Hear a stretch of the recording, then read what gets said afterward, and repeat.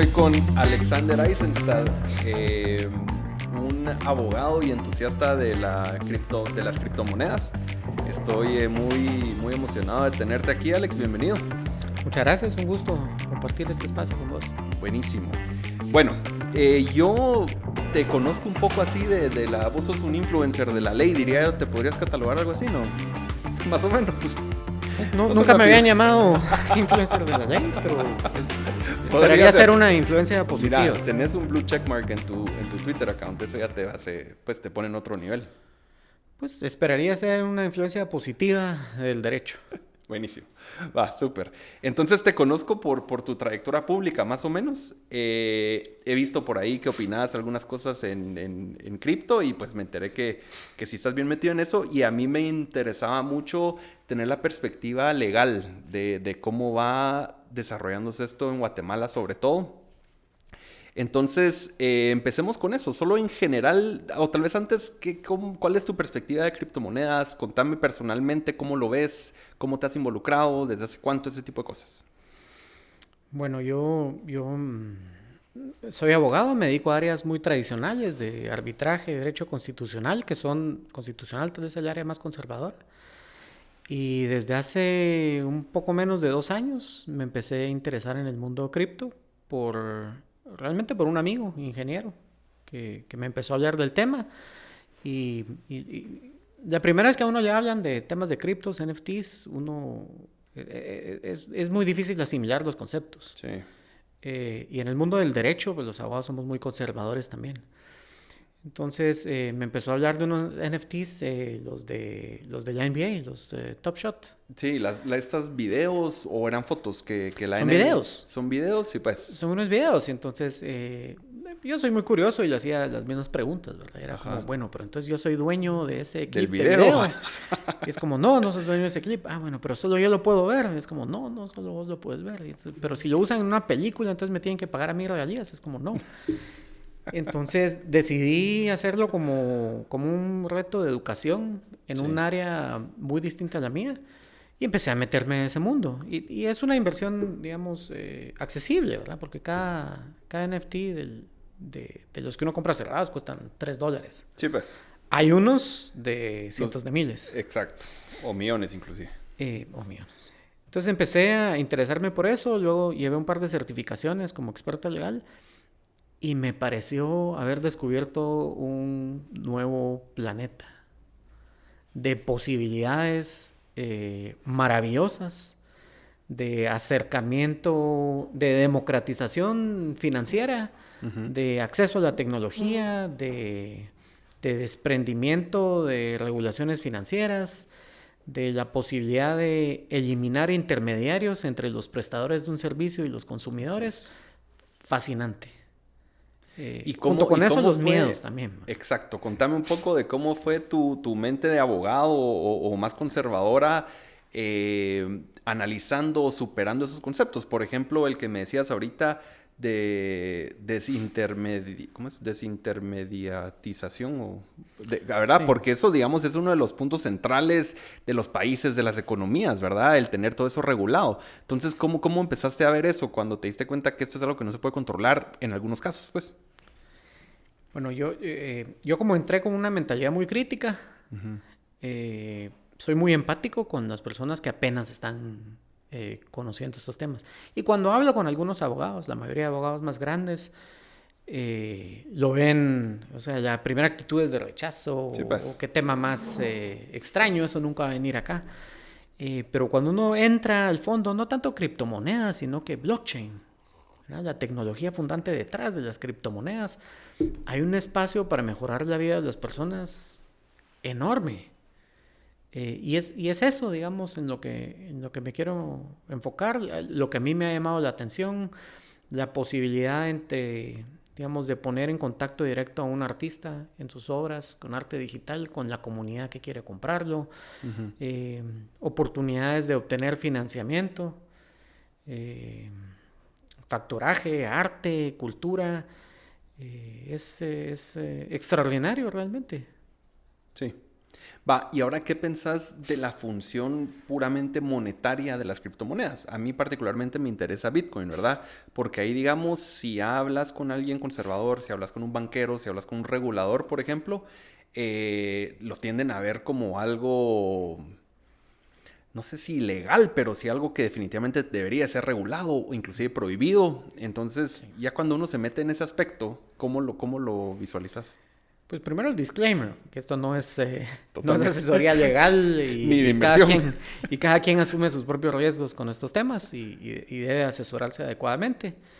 Eh, yo veo, a ver,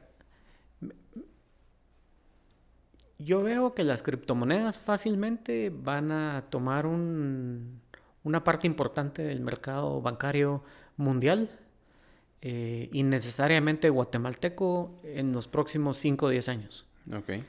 Y creo que la actitud de rechazo o de miedo lo que va a hacer es que los bancos no aprovechen la oportunidad de ser parte de ese mercado para que tenga un crecimiento ordenado y estructurado y lo van a perder.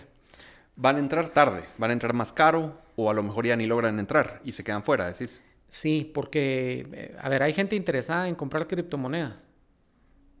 Un primer usuario, una persona que quiere un primer acercamiento, preferiría comprarlo al banco.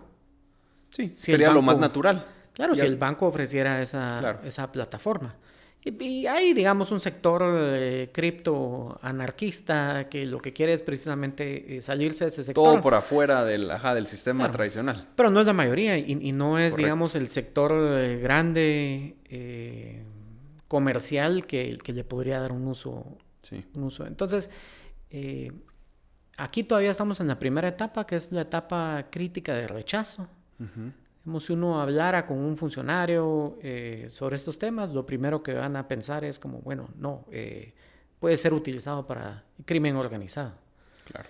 Entonces, la primera actitud de rechazo, que es entendible, pero si uno estudia más a fondo, se da cuenta que no, al contrario, digamos, hay temas de cripto que hacen más difícil que sea utilizado para el crimen organizado. Podríamos tomarnos un minuto para que nos contes eso. ¿Cómo es que, digamos, yo siempre digo que si yo fuera un criminal preferiría usar dólares que Bitcoin? Porque siento que, entendiendo Bitcoin, creo que hay más formas de salirte con la tuya con efectivo, por ejemplo, que con Bitcoin. ¿Podrías explicar un poco por qué? Sí, digamos, tal vez inicialmente es un tema de desconocimiento y porque efectivamente el mundo cripto, como cualquier bien o dinero, puede ser utilizado Claro. para cometer delitos. Pero yo diría que la mayoría de delitos, lavado de dinero, etcétera, se comete por medio de efectivo. Correcto. ¿Y por qué? Por el tema de trazabilidad. ¿Qué es lo que viene a cambiar el cripto? Pues el blockchain. ¿Y qué es el blockchain? Pues una cadena de bloques inmutables, inmodificables, en un sistema completamente descentralizado.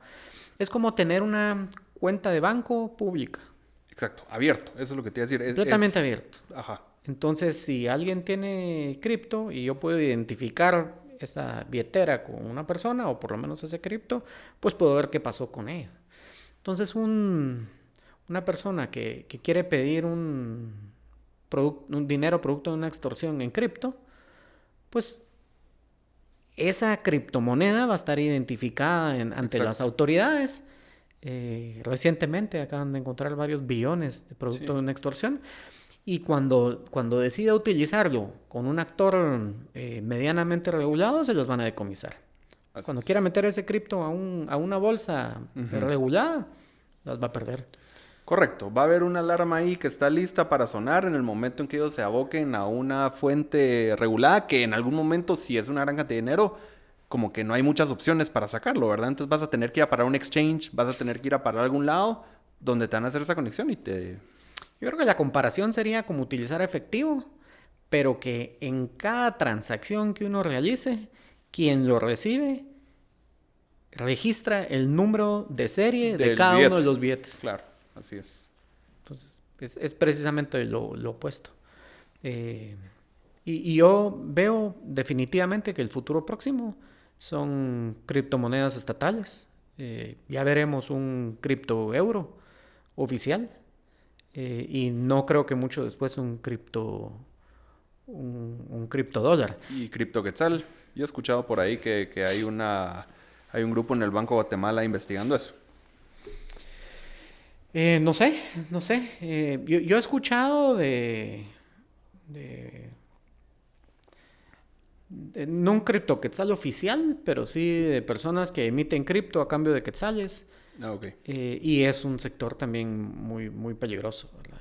Es Como de un stablecoin, ¿estás hablando? Un como un quetzal. stablecoin, exactamente. Sí, ya. Sí, muy peligroso en un sector no regulado, porque Claro. realmente es la confianza que uno tiene en que esa Claro. persona tiene el patrimonio para responder. Está respaldando cada token emitido con el quetzal que dice que lo debería respaldar.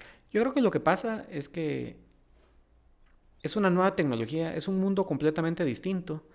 Y entonces hay personas que creen que si tiene un criptodólar o un cripto stablecoin, eso significa que eso vale $1. Claro. Y realmente lo que tiene es un contrato, una relación de confianza con la persona que lo emite va a responder por él. Así es. ¿Qué es la diferencia de Bitcoin? Bitcoin es mate. Así es. Sí, totalmente. Nadie lo puede manipular.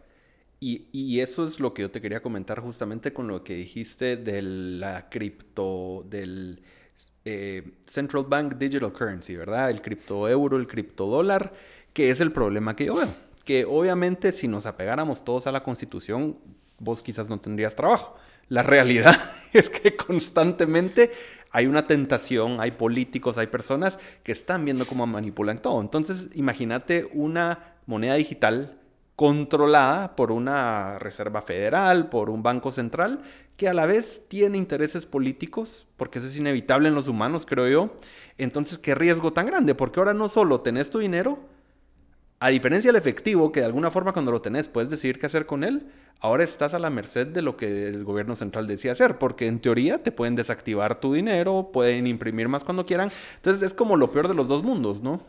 Cuando tenés un cripto euro es tan malo como cualquier shitcoin, pero también tan malo como el euro en el sentido de que lo pueden imprimir prácticamente de forma infinita, pues. A ver, yo creo que si lo vemos como parte de política monetaria y en comparación con el Bitcoin, esos son puntos muy fuertes, ¿verdad? Lo que interesa realmente del Bitcoin es que es escaso.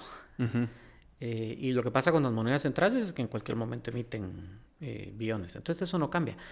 Lo que sí cambia, al ser una moneda digital, sin quitar esos temas inflacionarios, es que permite que sea utilizado por medio de contratos inteligentes. Ya. Sí, pues. Entonces, lo puedo programar dentro de un smart contract. Y eso sí tiene un beneficio. O lo puedo programar para temas de intercambio bancario. O sea, sí tiene un beneficio. ¿Le ves un plus de innovación tecnológica, digamos, sobre la moneda actual? Yo le veo un plus y yo creo que la adopción más generalizada de monedas como el Bitcoin va a venir precisamente de que las personas estén más acostumbradas a utilizar dinero digital. Ok. Y va a ser por medio de dineros de Banco Central. Va, eso es interesante porque yo en general lo veo como una terrible idea, pero creo que hace sentido lo que estás diciendo de cómo puede ser una etapa intermedia, digamos, hacia una adopción, ¿verdad? Más generalizada, digamos, de Bitcoin o de criptomonedas, ¿verdad? Es que la alternativa la veo muy lejana, ¿verdad? La alternativa es el abandono directo a Bitcoin, el abandono del dinero fiat. Uh-huh. Yo lo veo muy lejano. Desde un punto de vista macroeconómico, filosófico, entiendo los fundamentos, pero hay muchísimos actores interesados en preservar ese sistema. Cierto.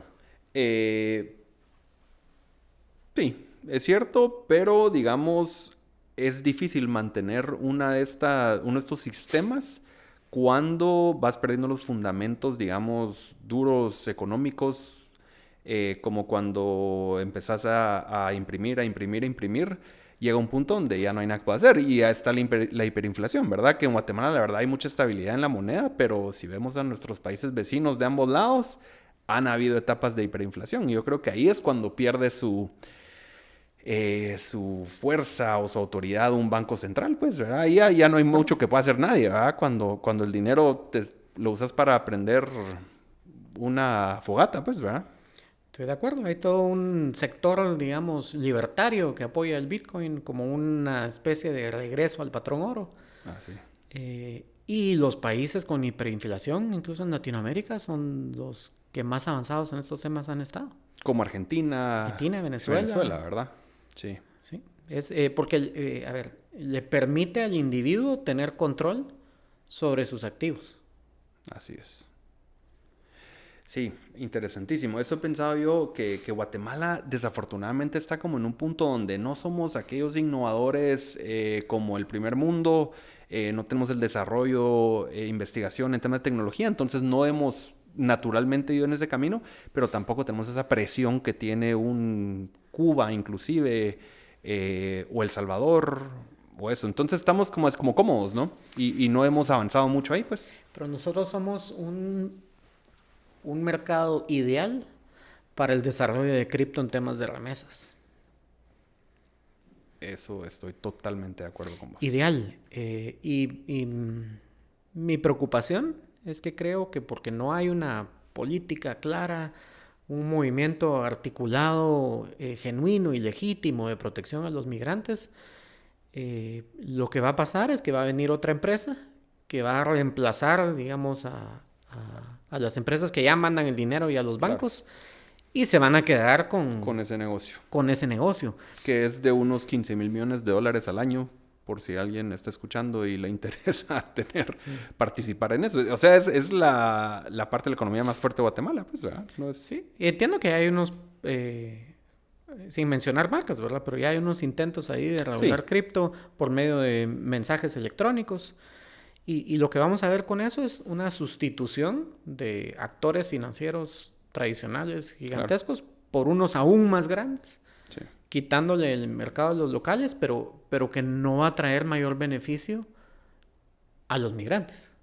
El beneficio va a ser, tal vez la transacción va a ser más rápida, pero imaginemos una criptomoneda que surja de un movimiento migrante legítimo organizado, que fuera adecuadamente utilizada por las personas que reciben ese cripto acá, inmediatamente se convierte en el cliente, en la empresa más grande de Guatemala, donde podrían llegar a imponer condiciones a las demás empresas. Miren, ustedes supermercados van a vender esto de tal forma, ustedes cemento, ustedes van a vender esto, y bueno, ¿no les parece? Bueno, entonces vamos a programar la moneda para que no se pueda utilizar en sus establecimientos. Y los beneficios que podrían utilizar de los rendimientos que tiene la criptomoneda podrían servir en desarrollo, en educación, en becas, en asesoría legal que necesitan los migrantes, sí, en muchísimas cosas. Pero finalmente yo creo que por no estar preparados, por estar rechazando el cripto en vez de adoptarlo, lo que va a pasar es que va a venir un pez más grande que los bancos actuales. Claro. Claro. A quedarse con eso. Sí, y digamos, yo siento que eso es un riesgo muy real, ¿verdad? Sí, y no tenemos que ver muy lejos, porque ahí está nuestro vecino El Salvador, donde ya están entrando estas empresas estadounidenses grandes, porque hay apertura, y el brinco del Salvador para Guate es cortísimo, pues, ¿verdad? Entonces ahí yo estoy de acuerdo con vos que una empresa como Strike, por ejemplo, que es una empresa gringa, posiblemente global, que ya está en Argentina, que ya está en El Salvador, en Estados Unidos, se le puede comer el mandado a los bancos en el tema de remesas relativamente fácil, ¿verdad? Es que creo que va a llegar el punto donde van a poder llegar a imponer. Uh-huh. Miren, ya tengo este sector del mercado, exacto, y estos son los términos para aceptar mi criptomoneda, y si no les parece, no. Pero no son... A ver, no estoy en contra del emprendimiento, está bien, pero creo que era una excelente oportunidad para crear un proyecto donde los rendimientos sean, exacto, para los migrantes. Así es. O sea, la situación del migrante no va a cambiar, solo va a poder mandar sus remesas más rápido y tal vez tener mayor control sobre ella. Claro. Quizás la opción de poder decidir en qué se puede usar, ¿no? Tal vez no quiero que compren alcohol. Sí, pues. Mira, hablando de este tema, podemos pasar al caso de El Salvador, pero tal vez antes, de una forma más general, se cree que hay dos formas en que Bitcoin puede llegar a ser la moneda de más relevancia de un país, digamos, o lo que se conoce como hiperbitcoinización. Una es que ocurra naturalmente. Esto era más o menos lo que decía Hayek. Hay una frase famosa de Hayek donde dice que el dinero duro ya no volverá a existir, al menos que de alguna forma como que se le meta a los gobiernos de una forma pacífica hasta que ya no van a hacer nada. Entonces hay muchos que creen, no sé si has visto esa frase, pero muchos que creen que Hayek es el primer bitcoiner por haber dicho eso. Entonces, esa sería una forma, como que pase muy natural, muy orgánicamente, que las comunidades lo empiezan a usar hasta que va cobrando tal relevancia que de repente ya no hay de otra. Y la otra es el approach, digamos, de arriba para abajo, ¿verdad? Donde el gobierno toma la decisión de decir, bueno, miren, esta es moneda de curso legal, que lo había hecho solo El Salvador hasta hace poco, ahora ya lo replicó un país en África y pues por ahí quizás vengan otros, ¿verdad? Entonces, como pregunta general, tu opinión, ¿qué crees que es como un futuro más posible para Guatemala? ¿Que nos vayamos por la vía de que va a venir de arriba, por las leyes, por los políticos, o crees que va a ser una cosa más orgánica? Es la pregunta. ¿Quién sabe? Yo creo que hay una diferencia entre lo que conviene y lo que va a pasar. Ok. Entonces, y yo creo que aquí las cosas suceden, por lo menos desde el punto de vista estatal, cuando ya no hay de otra. Y cuando ya no podemos aprovechar los beneficios de ser los primeros. Sí, pues. Y creo que va a suceder cuando efectivamente ya se generen demasiados problemas de la utilización diaria. Es decir, cuando la SAT decida entrarle al tema de impuestos, no solo en cripto, sino que en criptoactivos, cuando hayan demasiadas controversias judiciales entre las partes, cuando sea un mercado relativamente importante a nivel nacional. Porque al momento esta no es una discusión que se tenga en el Congreso. Y quiero diferenciar también el caso de El Salvador del de Guatemala. Ok. A ver, no sé qué tan bitcoiner es la audiencia de tu programa, pero creo que hay unos errores de esta adopción también. Ok. Yo diría,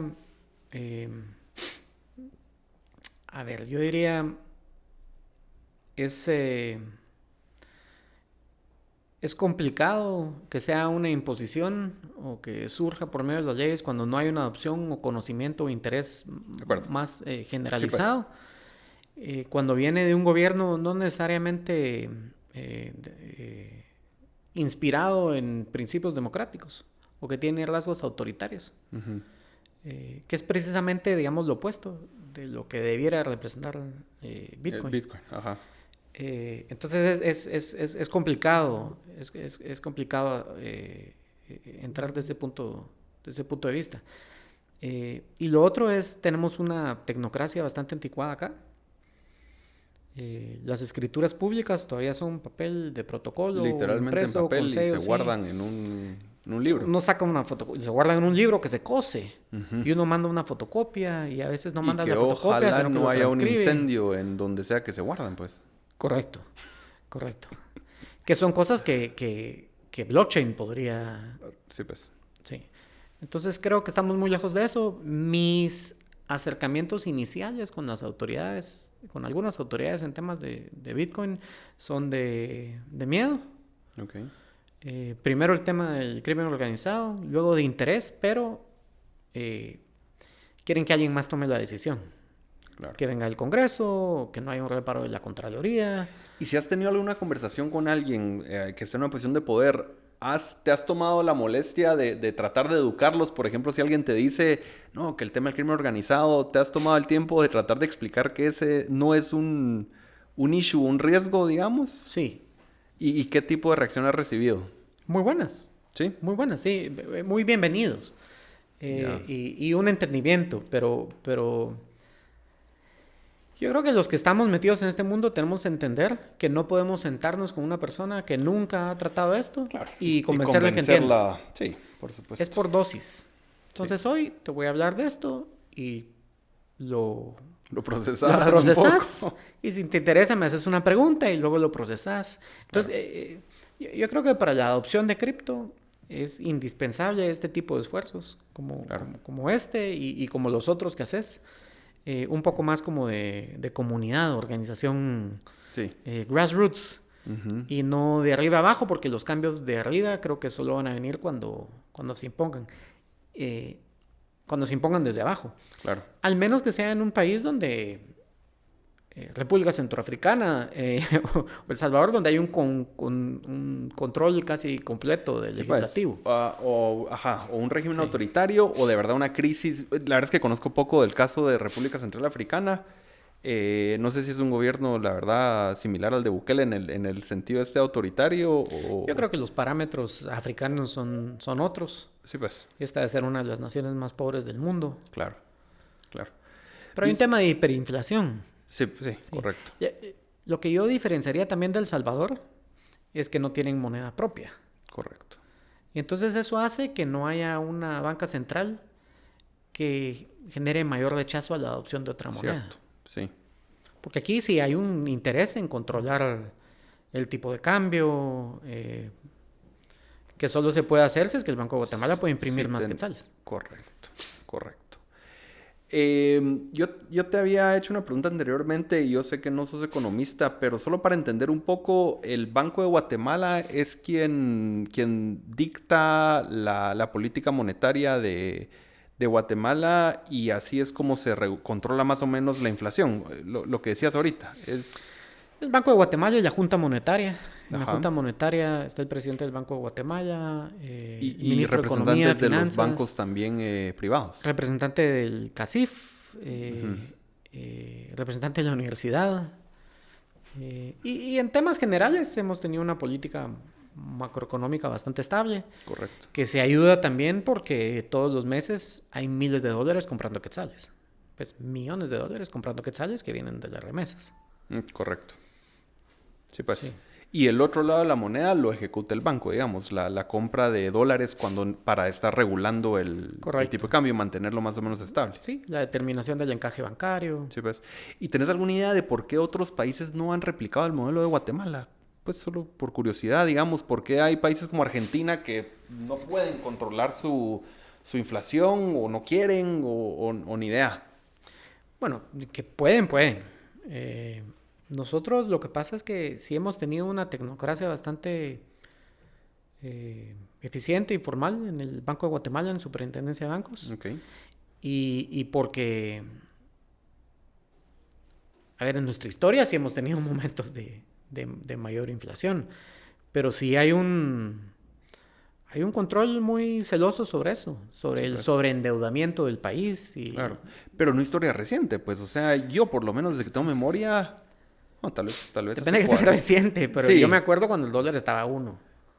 Sí, hace 40 años tal vez, 30 años, 35 Sí, años, algo así, 30 ¿no? años. Y cuando era ilegal cambiar dólares. Sí, pues. O sea, que llegaba la policía y te arrestaba. O sea, era... Y eso era parte de la política monetaria, de los esfuerzos, digamos, de la... Era parte de los esfuerzos para mantener un tipo de cambio artificial. Artificialmente el 1 a 1.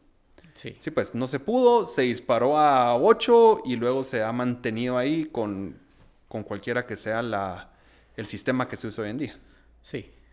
Ya.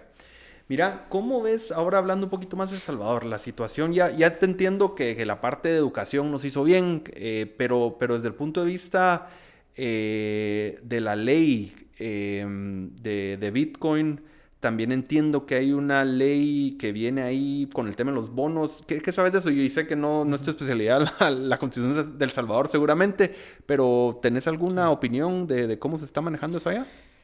Bueno, y es difícil también la interpretación de la Constitución de El Salvador porque cambia según las cortes. Esta nueva corte tiene distinta interpretación de la Constitución Ya. salvadoreña que tenía la anterior. Ok. No sobre estos temas, que digamos no llegan a nivel de interpretación constitucional, pero sobre el tema de la reelección presidencial, por ejemplo. Sí, pues.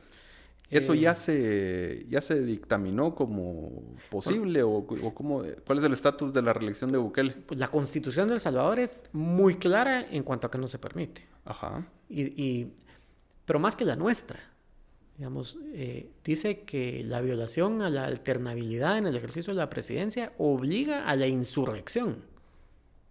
Ok.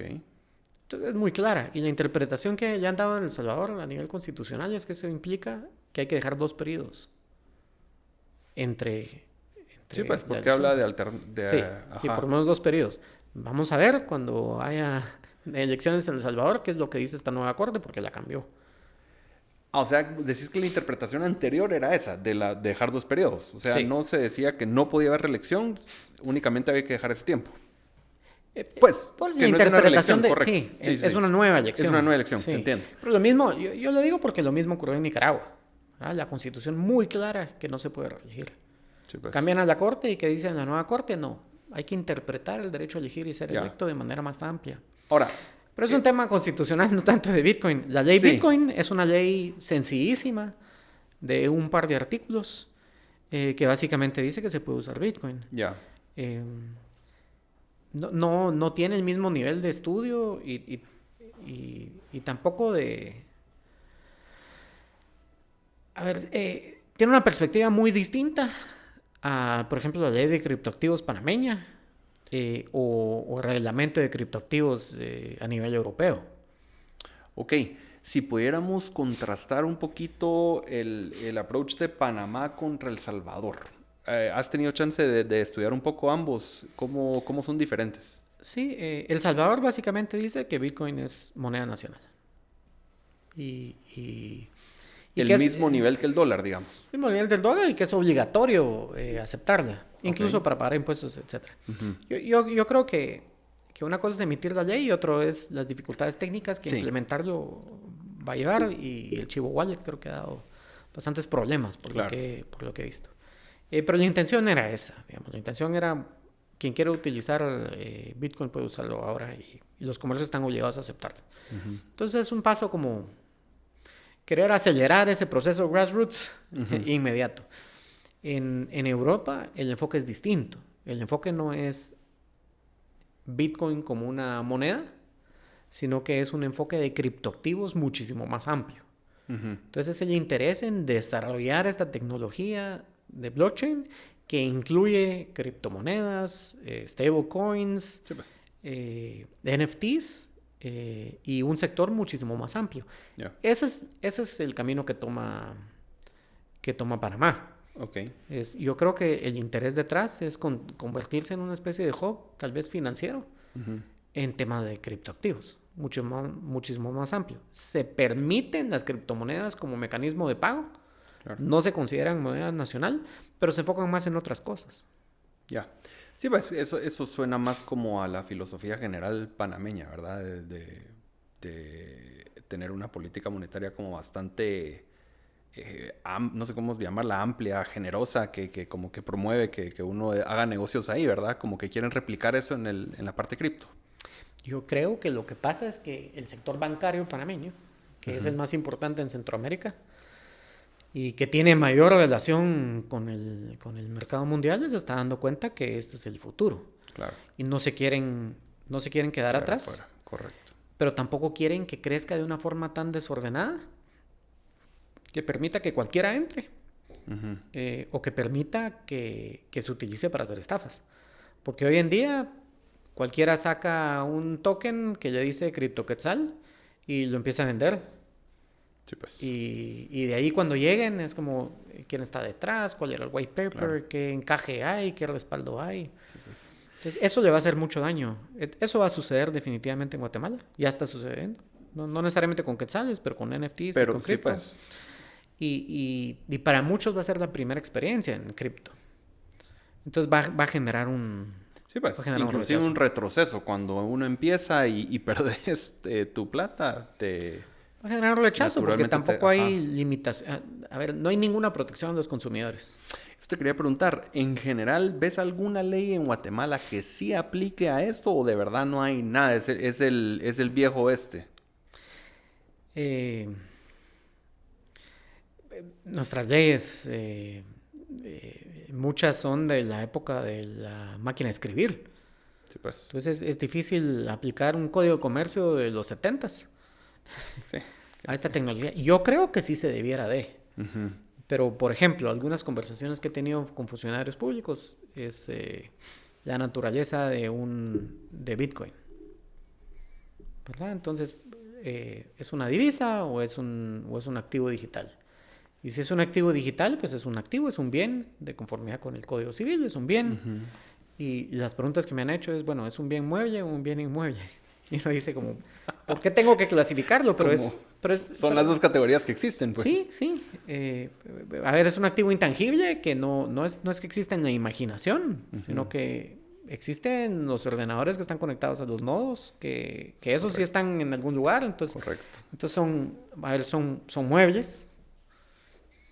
Pero si uno ve la definición del código, dice que un bien mueble es aquel que se puede mover sin menoscabo del inmueble en el que se encuentra.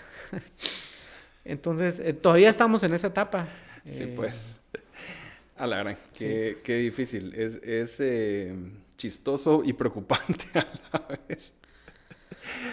Sí, yo estaba interesado en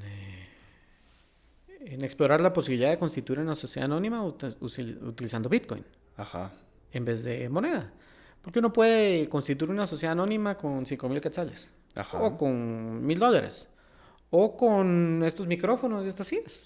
O sea, como parte del capital necesario para empezarla. Exactamente. Nosotros dos podemos hacer una sociedad y yo voy a poner mi carro y vos pones maquinaria. Ya. Puedo aportar. Entonces, ¿por qué no puedo aportar el Bitcoin? Ajá. ¿Y entonces, en España, la primera vez que se hizo eso, la primera sociedad en España constituida con Bitcoin fue en el año 2014. Wow. Entonces, tampoco estamos a la vanguardia. Correcto. Estamos a la vanguardia, pero tenemos que dar esos pasos. ¿Y esto lo has explorado así a nivel de si se puede proceder o no? ¿Y cuál ha sido el resultado? Pronóstico reservado. Te actualizo cuando nos contás más adelante. Sí, te actualizo. Por lo menos o sea, sí ha habido un interés en aprender. Ok. Sí, ha habido mucho interés en aprender. Qué bueno. ¿Y esto es responsabilidad de quién? Me refiero, ¿cuál es el órgano estatal, digamos, que tiene que resolver a esta pregunta que estás haciendo sobre si se puede constituir la... Esa pregunta específica es el registro mercantil. Sí, pues.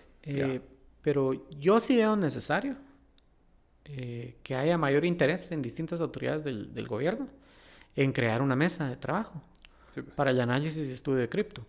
Y creo que debería ser promovida por los bancos. Eso te iba a preguntar, ¿quién debería liderar eso? Y cuando decís los bancos, ¿es los bancos privados o es la banca central la que debería estar...? Yo creo que los bancos privados son los que deberían de estar liderándolo. Porque la actitud ahorita es un poco como de rechazo. Sí. Y, a ver, ellos ya se tienen que haber dado cuenta que ya alguna parte del mercado la están perdiendo. Porque cuando viene alguien y saca su dinero de la cuenta del banco y lo invierte en Bitcoin, ya está sacando dinero que habría tenido en la cuenta de ahorros. Correcto. Yo tengo una amiga en Colombia que estaba interesada en tema de cripto y lo primero es que uno no sabe cómo entonces yo le di la aplicación y le dije, bueno, mandás ahí una transferencia bancaria. Ella lo hizo desde Colombia.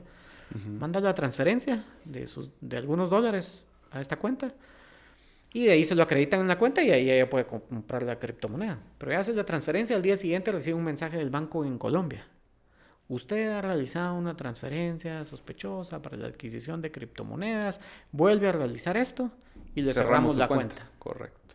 ¿Verdad? Entonces, la primera actitud de rechazo, que es algo que no pueden... Y ahora los mismos bancos en Colombia ya están ofreciendo activos digitales. A mí me pasó en Guatemala. O sea, la primera transacción que traté de hacer ingenuamente fue directamente de un banco de Guate a un exchange y lo mismo. Literalmente esa historia. Mire, eso no es permitido. ¿Por qué? Porque esa es una cuenta de criptomonedas, algo así. Yo, pero si es mi dinero. Claro. No. Entonces lo saqué y igual lo hice, pues, ¿me entendés? Sí. Pero me quedé pensando lo mismo. Me quedé pensando, ¿por qué el banco no tendría la actitud opuesta y decir, ok, mejor participemos en esto y vemos cómo lo hacemos parte de nuestro portafolio de servicios, ¿verdad? Sí.